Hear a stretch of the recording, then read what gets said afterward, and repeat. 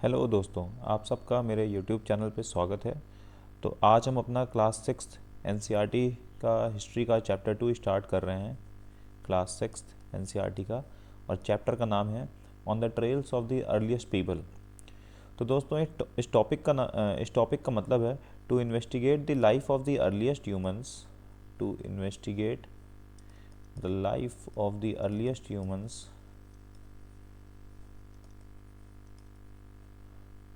On the basis of the evidence they left. मतलब क्या है दोस्तों कि जो भी अर्ली ह्यूमंस थे उनकी लाइफ के बारे में पढ़ना। किस तरह से पढ़ना है भाई कि भाई उन्होंने जो भी एविडेंस लेफ्ट किए हैं, भले ही हो सकता है वो टूल्स हों, कि वो किस तरह के टूल्स यूज़ करते थे, क्या उनकी फूडिंग हैबिट्स थी, वो हंटर्स थे, गैदरर्स थे। लोकेशन के बारे में देखेंगे, कहाँ कहाँ लोकेशन मिली।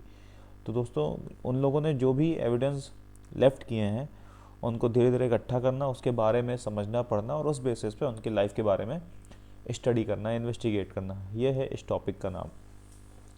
तो आइए दोस्तों स्टार्ट करते हैं। Tushar's train journey. Tushar was going from Delhi to Chennai for his cousin's wedding. They were traveling by train, and he had managed to squeeze into the window seat, his nose glued to the glass pane. As he watched trees, a housefly passed. His uncle tapped his shoulder and said, "Do you know that trains were first used about 150 years ago, and that people began using buses a few decades later?" Tushar wondered. When people couldn't travel quickly from one place to another, did they spend their entire lives wherever they were born? तो तुषार के uncle Tushar से कहते हैं कि क्या तुमको पता है आज से 150 साल पहले ट्रेन चलती थी, और बस तो अभी कुछ ही डिकेट्स पहले चलना स्टार्ट हुई है। तो तुषार सोचता है, यार क्या भाई, जब उस समय लोग क्विकली ट्रैवल नहीं कर पाते थे तो क्या वो एक ही जगह पर रहते थे? ऐसा तुषार सोचता है। तो उसका आंसर मिलेगा दोस्तों, अब चैप्टर में पढ़ते हैं क्या लोग ट्रैवल करते थे कि नहीं करते थे। आइए देखते हैं दोस्तों।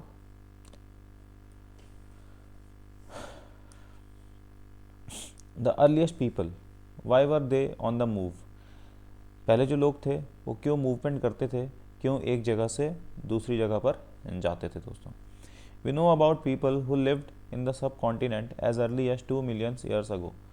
इस सब कॉन्टिनेंट में, हमारे भारत में, इंडियन सब कॉन्टिनेंट में जो लोग रहते थे वो लगभग 2 मिलियन ईयर्स अगो पहले रहते थे। उनकी बात कर रहे हैं, वो अर्ली ह्यूमन्स हैं जो 2 मिलियन ईयर्स अगो पहले थे। Today we describe them as hunter gatherers, और वो हंटर गैदरर्स थे क्योंकि भाई उनको एग्रीकल्चर की जानकारी नहीं थी, एनिमल्स को डोमेस्टिकेट कर नहीं सकते थे, परमानेंट सेटलमेंट था नहीं, कपड़े वगैरह ज़्यादा कुछ पहनते नहीं थे, और टोटली डिपेंड थे वो नेचर पे, एनिमल्स पे या फिर प्लांट्स पे। The name comes from the way in which they got their food. Hunter और गैदरर, उनका नाम कैसे पड़ा? वो किस तरीके से अपना फूड के लिए एफर्ट करते थे। Generally they hunted wild animals को मारते थे, मछली पकड़ते थे, चिड़िया पकड़ते थे, फ्रूट्स इकट्ठा करते थे, रूट्स इकट्ठा करते थे, nuts, seeds, leaves, stalks and eggs, ये सब चीज़ें इकट्ठा करते थे। The immense variety of plants in a tropical land like ours meant that gathering plant produce was an extremely important means of obtaining food. तो जो हमारी लैंड है वो ट्रॉपिकल है, मतलब गर्म है, यहाँ पे बहुत सारी वैरायटी है प्लांट्स की, फूड की। तो ये फूड प्लांट प्रोड्यूस को सर्च करना, गैदर करना, ये उस समय के लोगों के लिए काफ़ी इंपॉर्टेंट एक टास्क था। Okay.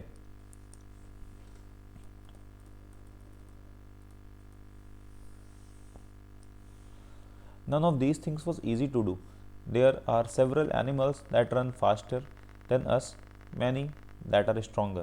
To hunt animals or to catch fish and birds, people need to be alert. उस समय बहुत सारे एनिमल्स थे जो बहुत तेज़ भागते थे, ह्यूमन से तेज़ भागते थे। तो एनिमल्स को पकड़ने के लिए या फिश को पकड़ने के लिए लोगों को अलर्ट रहना पड़ता था, क्विक रहना पड़ता था, और अपना प्रेजेंस ऑफ माइंड यूज़ करना पड़ता था।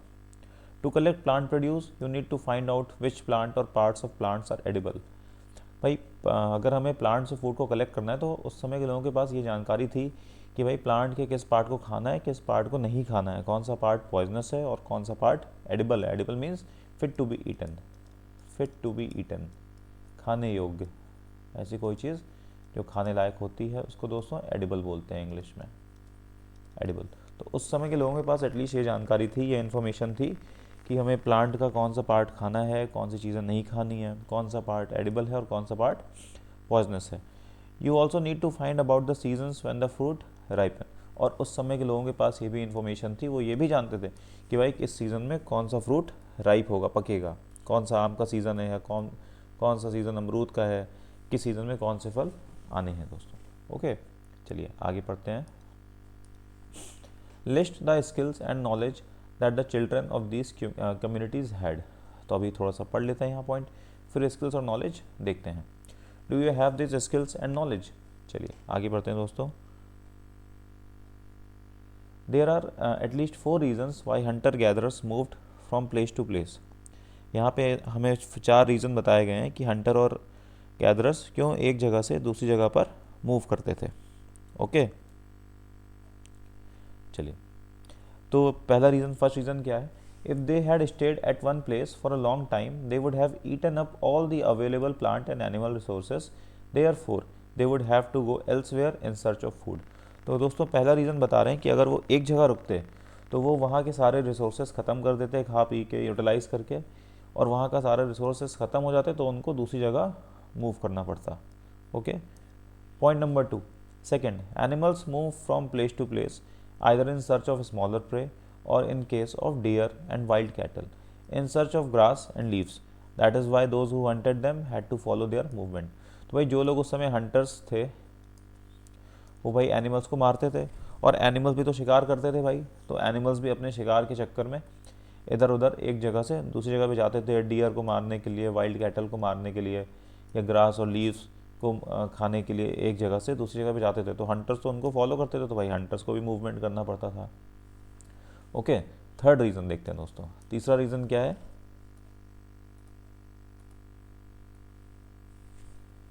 थर्ड रीज़न दोस्तों है third, plants and trees bear fruit in different seasons, so people may have moved from season to season in search of different kinds of plants. तो भाई सीधी सी बात है भाई, फ्रूट्स का अलग अलग सीज़न होता है, वेजिटेबल्स का अलग अलग सीज़न होता है। तो एक सीज़न में अगर वेजिटेबल या फ्रूट उस सीज़न के ख़त्म हो गए तो अब दूसरा क्लाइमेट उनको जहाँ मिलेगा वहाँ पे जाते थे, मूव करते थे।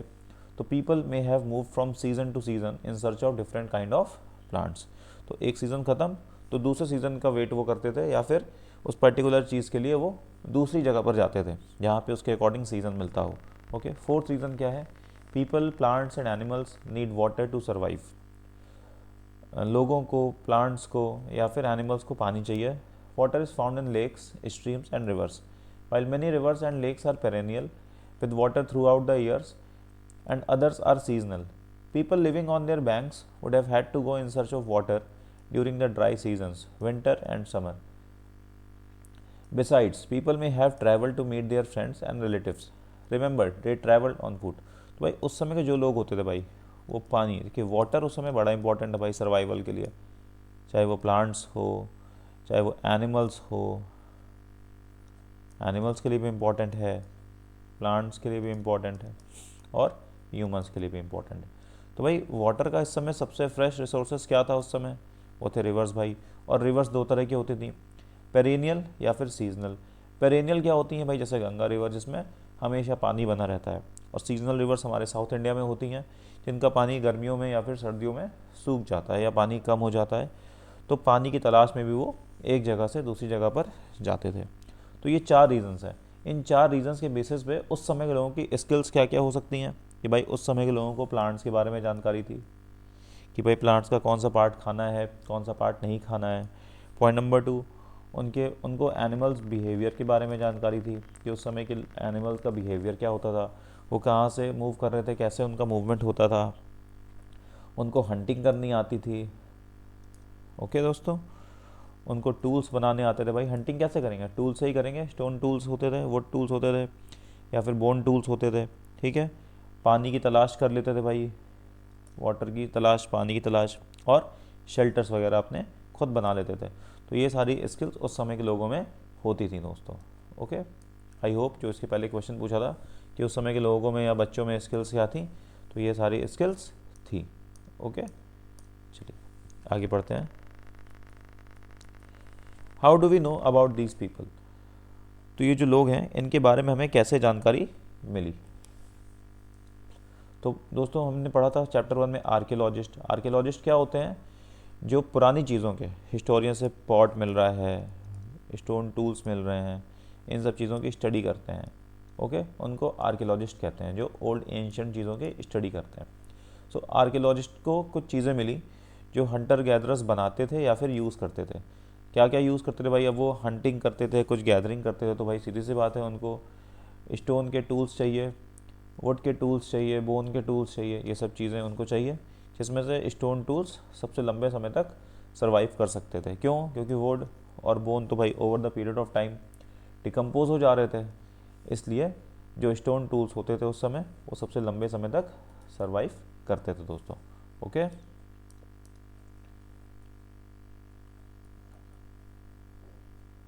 अब देखिए दोस्तों, यहाँ पे हमारे पास में कुछ इंपॉर्टेंट डायग्राम में टूल्स बने हैं, इनके बारे में थोड़ा सा देख लेते हैं।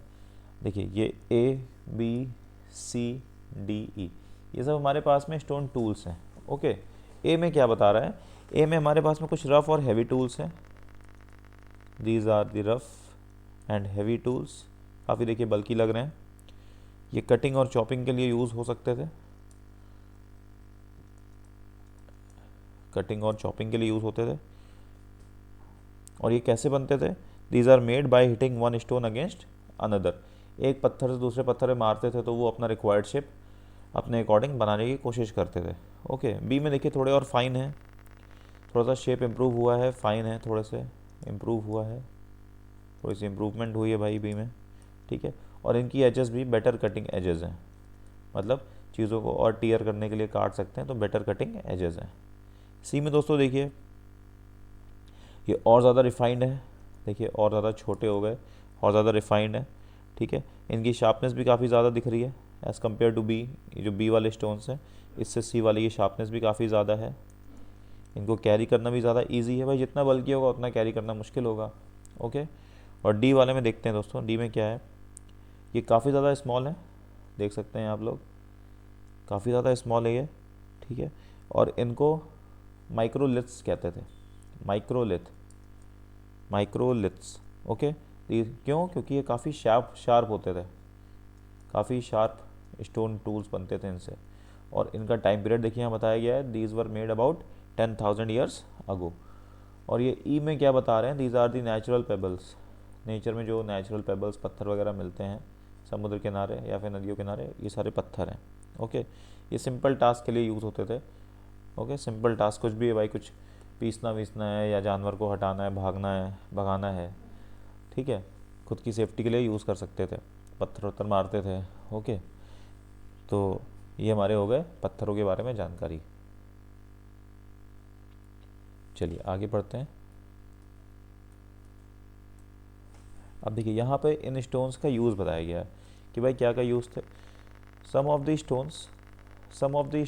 These stone tools were used to cut meat and bone, भाई मीट और बोन को कट करने के लिए यूज़ होती थी।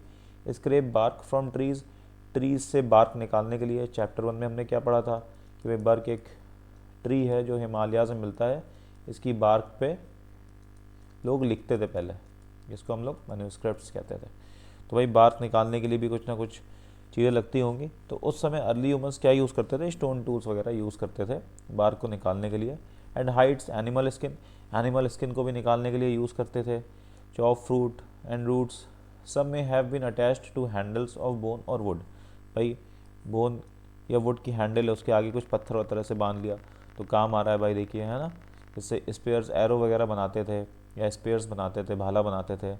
Okay, other tools were use to chop wood which was use as firewood, ठीक है, लकड़ी काटने के लिए भी यूज़ होता था भाई, लकड़ी काटेंगे, फायरवुड उसको जलाएंगे। Wood was also use to make huts and tools, और वुड का और क्या यूज़ होता था? हट और टूल्स बनाने के लिए वुड का यूज़ करते थे दोस्तों। ओके,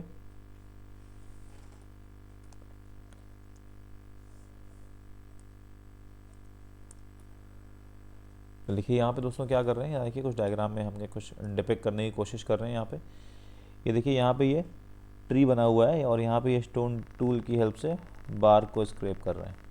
ओके, लेफ्ट में देखिए digging the ground to collect the edible roots, देखिए यहाँ पे क्या कर रहे हैं, सॉरी बार्क को स्क्रैप नहीं कर रहे हैं, यहाँ पे ये ग्राउंड को डिग कर रहे हैं with the help of tools. समझ नहीं पाए दोस्तों, है ना।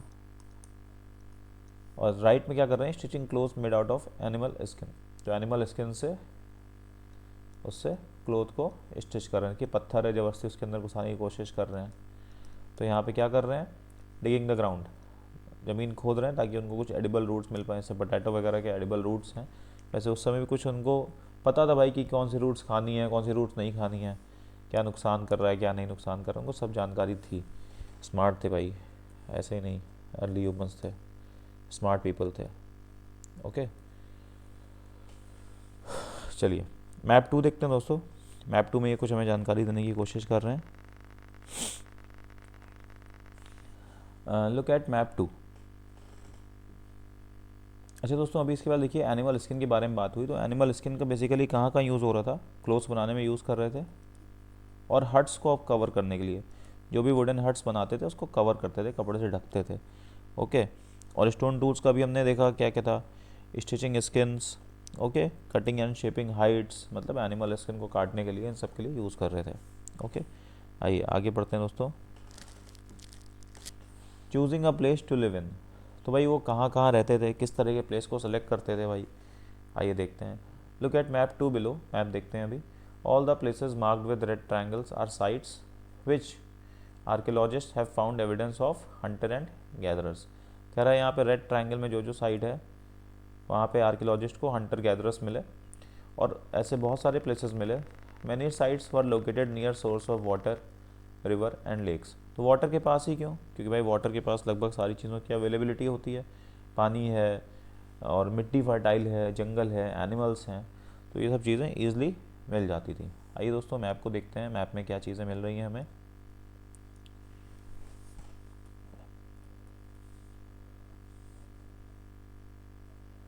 देखिए दोस्तों, यहाँ पे कह रहे हैं जो रेड ट्रायंगल है वहाँ पे हंटर गैदरर्स मिले। देखिए यहाँ भीमबेटका है, एमपी में है भीमबेटका।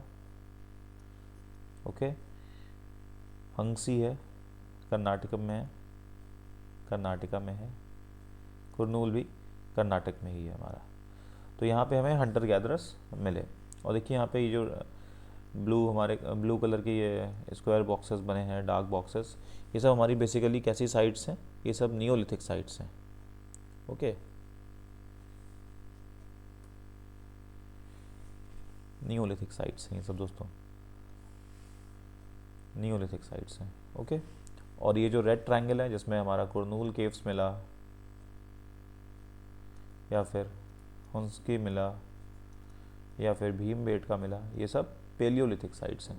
मतलब पेलियो मतलब बहुत पुराना, अर्ली ह्यूमंस या ओल्ड, और लिथ मतलब होता है स्टोन, तो ये ओल्ड स्टोन एज है। नियो मीन्स न्यू, लिथ मतलब स्टोन, तो यहाँ पे काफ़ी ज़्यादा पॉलिश स्टोन मिले, यहाँ पे रॉ रफ स्टोन मिले। ओके, तो अभी पढ़ेंगे इनके बारे में। तो ये मैप में हमें 3 साइट मिली, आपको ये इसके नाम याद रखते हैं, लोकेशन याद रखनी है। हंसगी है कर्नाटका में, कुरनूल केव्स है, ओके, और भीमबेटका है। भीमबेटका कहाँ पर है, एमपी में है।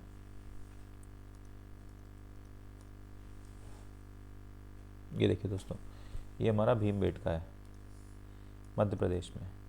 तो ये सब पेलियोलिथिक साइट्स हैं, ध्यान रखेंगे। और जो ब्लू से है ये सब हमारा नियोलिथिक साइट्स है। ओके, चलिए आगे बढ़ते हैं दोस्तों।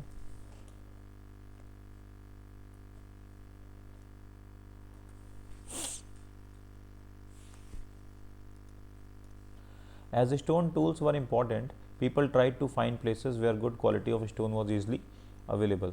तो उस समय स्टोन टूल्स की काफ़ी ज़्यादा रिक्वायरमेंट थी, लगभग हर बेसिक चीज़ के लिए, एनिमल्स की हंटिंग करने के लिए, कपड़े सिलने के लिए, बार को स्क्रैप करने के लिए, एनिमल स्किन को हाइड करने के लिए, मतलब निकालने के लिए, इन सब के लिए स्टोन टूल्स की ज़रूरत थी। तो लोग ऐसी जगह को ढूंढते थे उस समय कि जहाँ पर ईजिली स्टोन टूल्स मिल जाएँ, आसानी से मिल जाए। ओके, आसानी से जहाँ पर स्टोन टूल्स मिल जाएँ। Places where stone was found and where people made tools known as factory sites, जहाँ पे स्टोन वगैरह मिलते थे और स्टोन टूल्स लोग बनाते थे, उस जगह को बोलते थे फैक्ट्री साइट्स।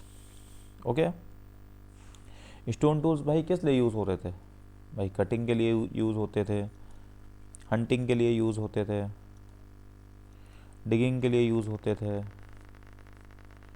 स्क्रैपिंग के लिए यूज़ होते थे। तो इन सब चीज़ों के लिए स्टोन टूल्स बेसिकली यूज़ होते थे।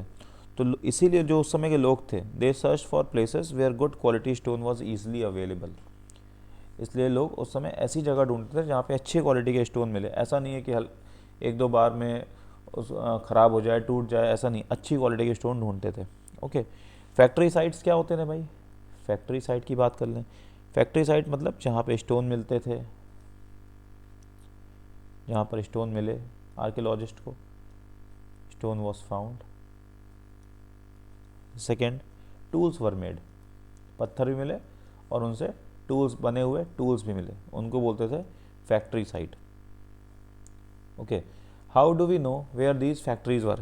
भाई कैसे मालूम चलेगा कि भाई ये फैक्ट्रीज कहाँ थी? Usually we find blocks of stones, tools that were made and perhaps discarded because they were not perfect, and chips of waste stone left behind at these sites. Sometimes people lived here for longer spells of time. These sites are called habitation cum factory sites. तो भाई कैसे पता चला कि भाई ये factories कहाँ पर हैं? तो आर्कियोलॉजिस्ट को स्टोन ब्लॉक्स मिले, बड़े बड़े पत्थरों के ब्लॉक मिले, ब्रोकन और इम्परफेक्ट टूल्स मिले कि भाई अब ये पत्थर किसी काम का नहीं है, तो वो डिस्कार्डेड वेस्ट मिला। ओके, स्टोन चिप्स मिली, वेस्ट मिला। तो इन सब चीज़ों से लोगों को पता लगा कि भाई ये फैक्ट्री साइट्स हैं, यहाँ पे लोग रहते थे, टूल्स बनाते थे, स्टोन टूल्स बनाते थे। Habitation cum factory sites. तो ये हैबिटेशन कम फैक्ट्री साइट का मतलब क्या है दोस्तों? जहाँ पे लोग रहते भी थे, उनके रहने का पर्पज़ क्या था कि उनको स्टोन ईजिली अवेलेबल मिलता था जिससे वो टूल्स बना पाते थे। तो living and making tools, people stayed here for very long time. Such places are called habitation cum factory sites. लोग यहाँ काफ़ी लंबे समय के लिए रहते थे क्योंकि उनको ईजिली सब कुछ मिल जाता था, स्टोन वगैरह मिलते थे, हंटिंग गैदरिंग सब कर ही पाते थे, वहाँ पे आसपास नदियाँ भी होती थी, तो वो आराम से वहाँ रहते थे। उनका हैबिटेट भी वही था और फैक्ट्री साइट्स भी थी जहाँ पे उनको स्टोन वगैरह मिल जा रहा था। ओके, एक यस, तो दोस्तों ये क्वेश्चन आप बताइएगा खुद से। If you had to describe the place you live in, which of the terms you would choose? भाई अगर आप जहाँ पर रहते हैं आपको उस प्लेस को डिस्क्राइब करना है तो आप क्या चूज़ करेंगे? हैबिटेशन चूज़ करेंगे कि भाई रहने के लिए सही हो, फैक्ट्री सेलेक्ट करेंगे कि भाई हम कोई ऐसा हमें टूल मिल जाए, कोई ऐसी चीज़ मिल जाए जिससे हमारा सर्वाइवल ईजी हो जाए। Okay, habitation cum factory select करेंगे जहाँ पे हैबिटेशन भी हो और फैक्ट्री भी हो, या फिर एनी अदर। तो सबकी अपनी अपनी रिक्वायरमेंट होती है, तो उस समय लोगों की रिक्वायरमेंट क्या थी? Habitation cum factory. आज भी यही है कि हम अपने आसपास जहाँ रहते हैं ऐसी जगह पर रहते हैं जहाँ पे हमको चीज़ें ईजिली मिल जाएं, हैबिटेशन हमारा अच्छा हो। ओके, तो हैबिटेशन कम फैक्ट्री ही इसका सही आंसर है कि हैबिटेशन के साथ साथ हमको ऐसी चीज़ें मिले जो हमारी लाइफ स्टाइल को, हमारे सर्वाइवल को थोड़ा बहुत आसान बना दे। ओके, आइए दोस्तों देखते हैं। और यहाँ पे केव के बारे में बात की जा रही है, केव के बारे में देखते हैं। अभी हमने देखा भीमबेटका के बारे में। जो भीमबेटका है वो केव है, पेलियोलिथिक साइट है, काफ़ी ओल्ड स्टोन एज में आती है। In present day Madhya Pradesh, some sites also known as habitation sites are places where people lived. These include caves, rock shelters such as one shown here. People choose these natural caves because they provide shelter from the rain, heat and wind. Natural caves and rock shelters are found in the Vindhyas and the Deccan Plateau. These rock shelters are close to the Narmada Valley. Okay, तो देखिए यहाँ पे इन्होंने एक केव के बारे में बताया है। तो लोग बेसिकली केव में क्यों रहते थे? क्योंकि जो केव होता था वो उनको हीट से, रेन से और विंड से बचाता था और वहाँ उनको शेल्टर भी मिलता था। ओके, ये देखिए यहाँ पे भीमबेटका केव है, ये भीमबेटका केव है। और ऐसे बहुत सारे केव्स नर्मदा वैली के पास भी मिले हैं और विंध्यान रीजन में भी मिले हैं। तो ये बेसिकली जो हमें पिक दिख रही है ये भीमबेटका की है। भीमबेटका कहाँ पर है? ये एमपी में है।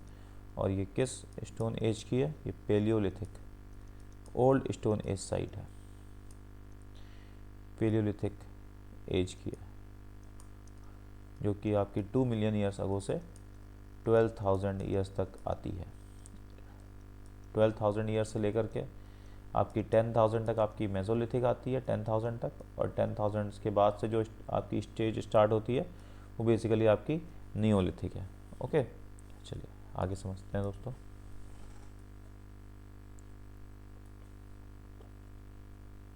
साइट्स, अब यहाँ बता रहे हैं साइट्स कि भाई साइट्स क्या होते थे। What are sites? Sites are the places where the remains of the things, tools, pots, buildings were found. These were made, used and left behind by the people These may be found on the surface of the earth, buried under the earth, or sometimes even underwater. You will learn more about different sites in later chapter. तो भाई sites क्या होती थी? Sites ऐसी जगह जहाँ पर historians को टूल्स मिले, पॉट्स मिले, या फिर पुराने पुराने लोगों के द्वारा बनाई गई बिल्डिंग्स के रिमेन मिले, मतलब उसके अवशेष मिले। और ये अवशेष कहाँ कहाँ मिले? अर्थ के सरफेस पर मिल सकते थे, on the surface of the earth, earth के अंदर, भाई डिगिंग भी तो होती है तभी जाके हमें किसी सिविलाइजेशन के बारे में पता चलता है। ओके, अर्थ के अंदर जो डिगिंग या एक्सकेवेशन से जिसके बारे में जानकारी मिली। और थर्ड, अंडर वाटर, पानी के अंदर भी, जैसे जो द्वारका नगरी है पूरी पानी में डूबी हुई है, तो समुद्र के अंदर बहुत सारा एक्सप्लोरेशन हुआ, बहुत बताया गया कि भाई समुद्र के अंदर वो नगरी है श्री कृष्ण भगवान की। तो वैसे ही ये सब चीज़ें मिली। तो साइट्स क्या होती हैं? जहाँ पे ये पुरानी एंशंट चीज़ें मिलती हैं, टूल्स, पॉट्स, बिल्डिंग्स। और ये कहाँ मिल सकते हैं? सरफेस पर मिल सकते हैं, अंडरग्राउंड मिल सकते हैं, जो कि ज़मीन के अंदर एकदम deep down the earth buried हैं, या फिर पानी के अंदर भी मिल सकते हैं। मेकिंग स्टोन टूल्स, तो भाई देखिए उस समय के लोग स्टोन टूल्स कैसे बनाते थे? देखिए यहाँ पे दो तरह के स्टोन लिए जाते थे। एक हमारे पास होता था कोर, एक हमारे पास में होता था हैमर स्टोन। ओके, ये हमारा हैमर स्टोन है, एक हाथ में पकड़ा हमने एक पत्थर, हैमर स्टोन, और ये हमारा है कोर। अब हमको कोर को जो भी शेप देना है, हैमर स्टोन से इसको बीट करते थे, ऊपर से मारते थे, तो इसके साइड साइड के जो फ्लेक्स हैं, हल्के फुल्के हिस्से निकले, वो टूट के गिर जाते थे, और हमको हमारा रिक्वायर्ड शेप मिल जाता था। देखिए भाई नुकीला हो गया, रिक्वायर्ड शेप मिल जाता था। तो ये हमारी फर्स्ट टेक्निक बताई जा रही है। The first is called stone on stone. Here the pebble from which the tool was to be made also called the core. जैसे ये कोर है जिससे हमको रिक्वायर्ड स्टोन चाहिए, जिससे हमको रिक्वायर्ड शेप चाहिए। Was held in one hand. Another stone which was use as a hammer. दूसरा जो स्टोन है वो हैमर है, हैमर से इस कोर स्टोन पे मारेंगे। Another stone which was use as a hammer was held in the other hand. The second stone was used to strike off flakes from the first till the required shape was obtained. तो hammer को तब तक हम core पे मारेंगे जब तक हमको हमारा रिक्वायर्ड शेप ना मिल जाए। दूसरा तरीका क्या बता रहे हैं दोस्तों? Pressure flaking. Here the core was placed on a firm surface, the hammer stone was used on a piece of bone और stone that was placed on the core to remove flakes that could be shaped into tools. मतलब यहाँ पे core को रख दिया, इसके ऊपर hammer रख दिया, या फिर बीच में बोन रख दिया, बोन के ऊपर हैमर स्टोन रख के इस पर खूब प्रेशर लगा रहे हैं।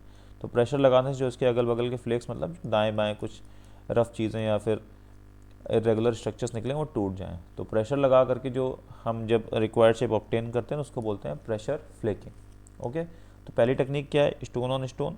दूसरी टेक्निक क्या है? Pressure flaking. आइए दोस्तों आगे पढ़ते हैं। आई होप आप सबको समझ में आ रहा होगा अच्छे से।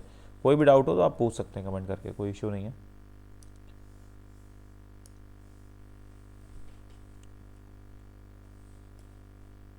Finding out about fire.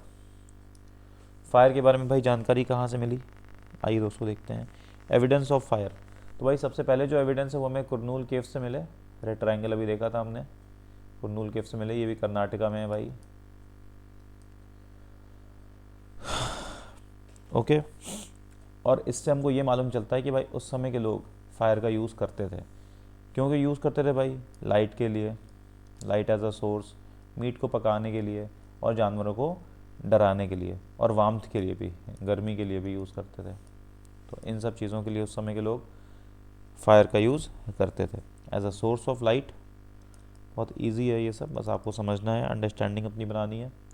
Meet को कुक करने के लिए, to scare away wild animals, to scare away wild animals, जंगली जानवरों को भगाने के लिए, और टू कीप देमसेल्व्स वार्म, अपने आप को गर्म रखने के लिए करते थे।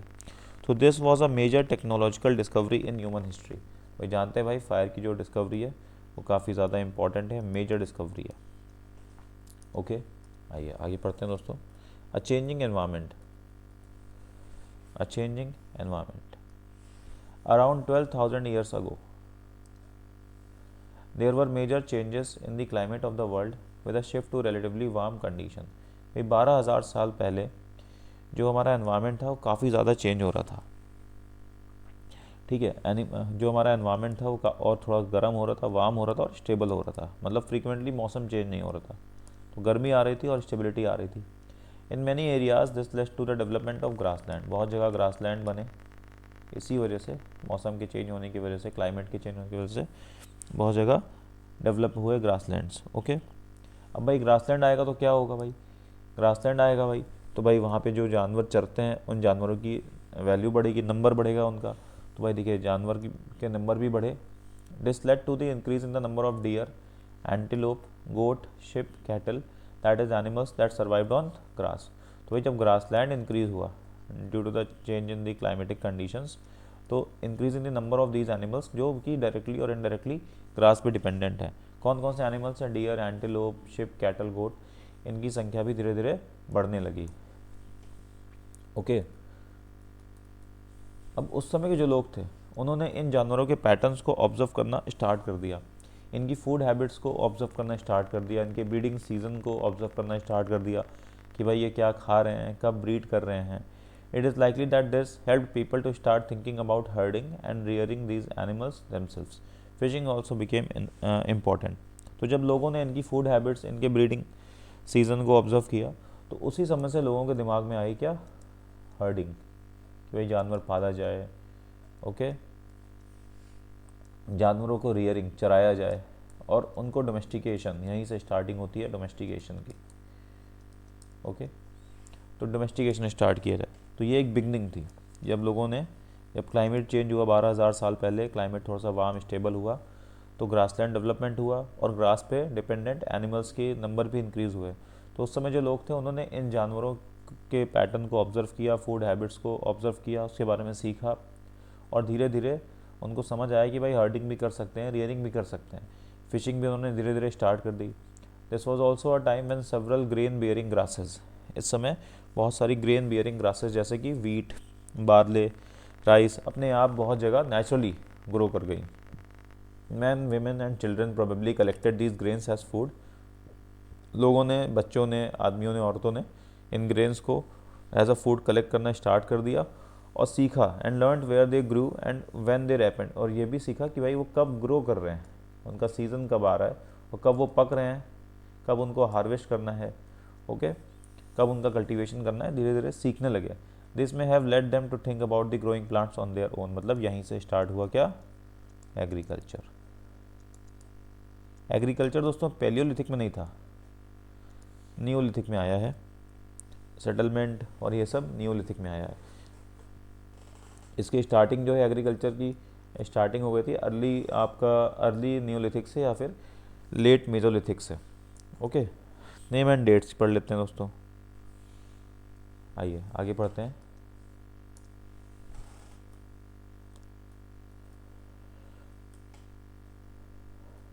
यस, आइए पढ़ते हैं नेम एंड डेट्स।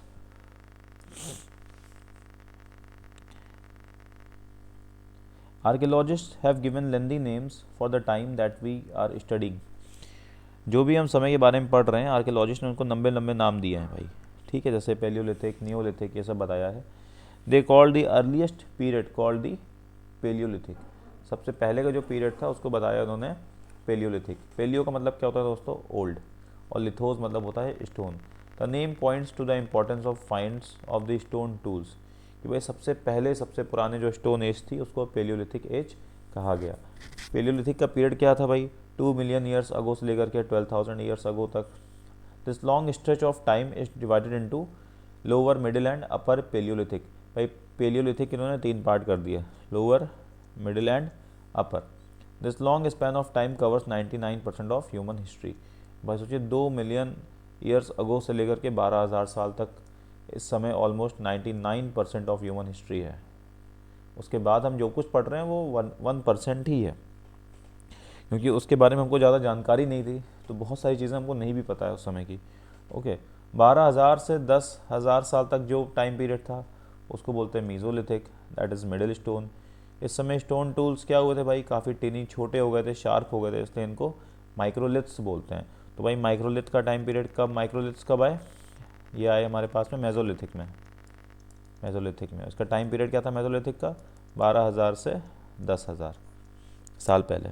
ओके, इस समय क्या हुआ भाई, इस समय जो स्टोन थे काफ़ी ज़्यादा शार्पर हो गए थे, छोटे हो चुके थे।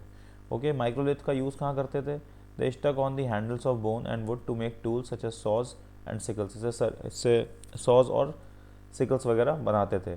जैसे ये बोन है, ये हमारी वुड है या फिर बोन है, यहाँ पे कुछ शार्प इस तरह से स्टोन लगा दिया तो एक यहाँ पे ये हमारा कुछ टूल बन गया, स्टोन टूल बन गया जो काफ़ी ज़्यादा यूज़फुल है। At the same time older varieties of tools continue to be in use. इस समय जो पुराने टूल्स थे पेलियोलिथिक एज के वो भी यूज़ हो रहे थे। ओके, और मेजोलिथिक में टेम्परेचर काफ़ी ज़्यादा वार्मर हो चुका था, क्लाइमेट बिकेम वार्मर। ओके, इस समय स्टोन टूल्स अब बता ही दिया हमने आपको, काफ़ी शार्प थे। ठीक है, इनको यूज़ करते थे, फिक्स करते थे वुड पे या फिर बोन हैंडल्स पे, और इससे सॉज, सिकल्स या फिर एरोज बनाते थे। ओके, फिर नेक्स्ट दोस्तों हम बात करते हैं नियोलिथिक की। यहाँ पे नियोलिथिक के बारे में इतना इन्फॉर्मेशन नहीं दिया है, लेकिन थोड़ी बहुत जानकारी मैं आपको दे दूँगा, थोड़ी बहुत इन्फॉर्मेशन मैं आपको दे दूँगा। नियोलिथिक, नियो का मतलब होता है न्यू और लिथोस मतलब स्टोन, तो new stone age. New stone age भाई 12,000 से 10,000 तक मेसोलिथिक, और 10,000 से के बाद से हमारा स्टार्ट हो गया नियोलिथिक। नियोलिथिक क्यों इंपॉर्टेंट है, क्योंकि इसी टाइम पीरियड में एग्रीकल्चर स्टार्ट हुआ, परमानेंट सेटलमेंट। अब लोगों को हंटिंग गैदरिंग करने की ज़रूरत नहीं है, मूवमेंट ज़्यादा करने की ज़रूरत नहीं है, अपना भैया फसल उगाएंगे, एक जगह रहेंगे आराम से, तो permanent settlement.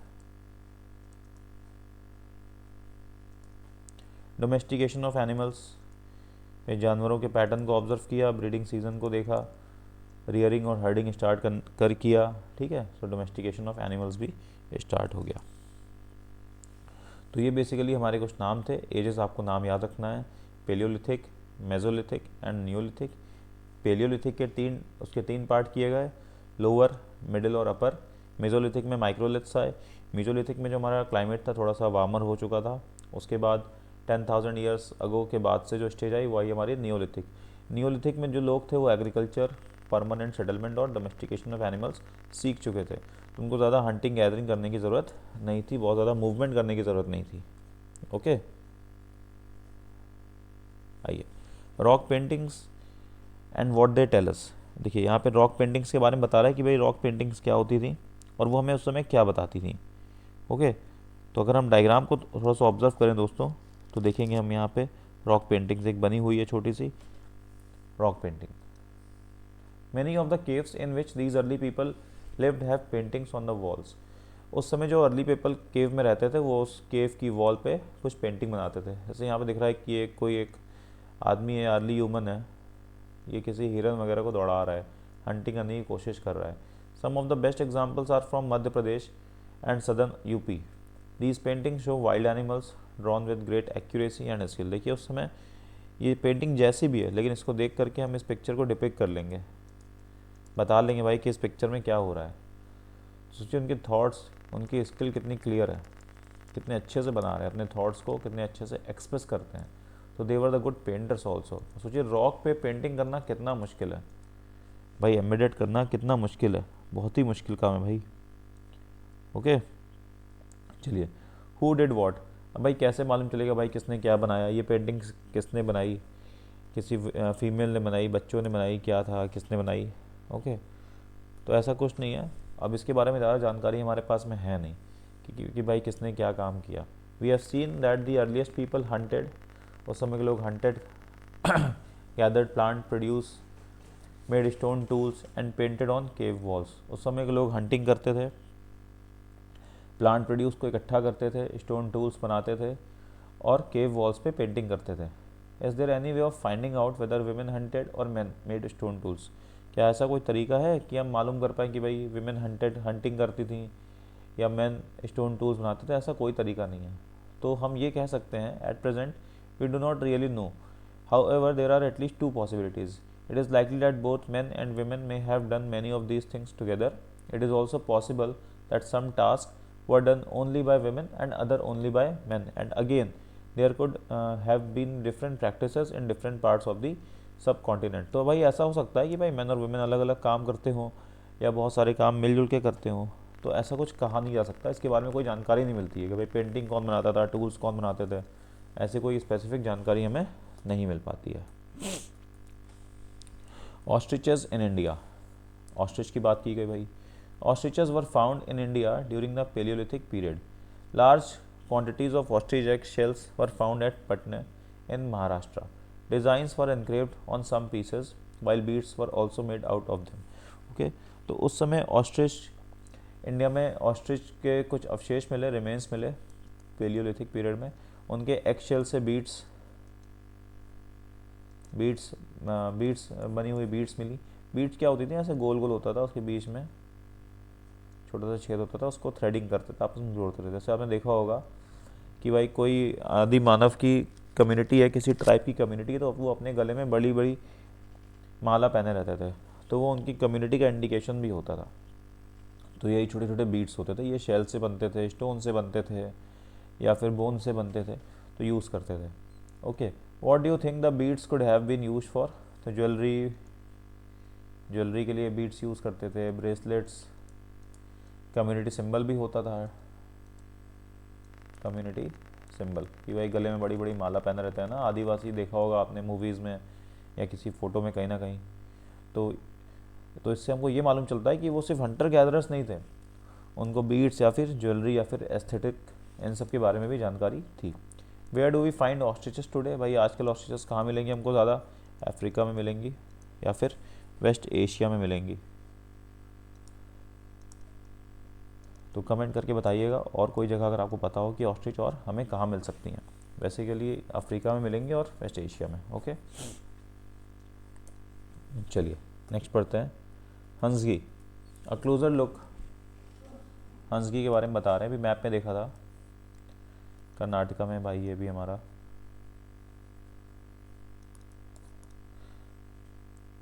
Karnataka, हंसगी। Okay, yes. A number of early Paleolithic sites were found here. At some sites, a large number of tools used for all sorts of activities were found. These were probably, हंसगी में भी बहुत सारे tools मिले palaeolithic as के। At some sites बहुत सारे ऐसे tools मिले जो अलग अलग एक्टिविटीज़ के लिए लोग यूज़ करते थे। ओके,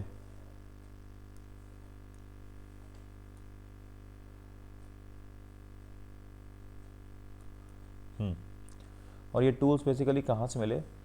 जिस जगह से मिले वो फैक्ट्रीज थी, हैबिटेशन कम फैक्ट्री साइट्स, मतलब रहते भी थे और वहाँ से उनको फैक्ट्री साइट्स मतलब स्टोन वगैरह ईजिली मिल जाता था टूल्स वगैरह बनाने के लिए। In some of the other smaller sites there is evidence to suggest the tools for made. और जो बहुत सारी स्मॉलर साइट्स थी वहाँ पे लोग रहते नहीं थे। स्मॉलर साइट्स का मतलब हो गया लोग ज़्यादा रह नहीं रहे, जाते थे अपना टूल्स वगैरह बना करके फिर अपना रिटर्न हो लेते थे। Some of the sites were close to springs. Most tools were made from limestone which was locally available. बहुत सारे टूल्स जो है लाइम स्टोन से बनते थे जो ईजिली अवेलेबल था। अभी दोस्तों स्प्रिंग देखिए, यहाँ पे इन्होंने स्प्रिंग एक वर्ड यूज़ किया है। Some of the sites were close to spring. Spring क्या होता है भाई? When water comes out naturally from the earth, naturally from the earth. River वगैरह से अच्छा सोर्स है। यहाँ पे इनको ईजिली एनिमल मिल जाते थे। ओके, एनिमल्स मिल जाते थे, पानी मिल जाता था, तो आसानी से सर्वाइवल पॉसिबल हो जाता था। तो स्प्रिंग बेसिकली दोस्तों हम ध्यान रखेंगे, स्प्रिंग क्या होता था? स्प्रिंग का मतलब है कि जब पानी नेचुरली अंडरग्राउंड वाटर सरफेस पर आ जाए, इससे हमको क्लीन और कंटिन्यूस वाटर मिलता था। ड्रिंकिंग, कुकिंग के लिए यूज़ होता था। टूल मेकिंग में भी पानी लगता था। एनिमल्स भी वहाँ ईजिली आते थे भाई पानी की तलाश में, तो हंटिंग भी ईजिली हो जाती थी। ओके, तो इसलिए स्प्रिंग के पास उनके बेसिकली साइट्स मिलती थी। तो यहाँ स्मॉलर साइट्स भी दोस्तों ध्यान रखेंगे। स्मॉलर साइट्स मतलब ऐसी साइट्स जहाँ पे वो टूल्स बनाने के लिए जाते थे, थोड़े समय तक रहते थे, फिर वापस हो लेते थे। हैबिटेशन कम फैक्ट्री साइट्स में वो लंबे समय के लिए रहते थे, फॉर लॉन्गर टाइम। तो ये ध्यान रखेंगे दोस्तों।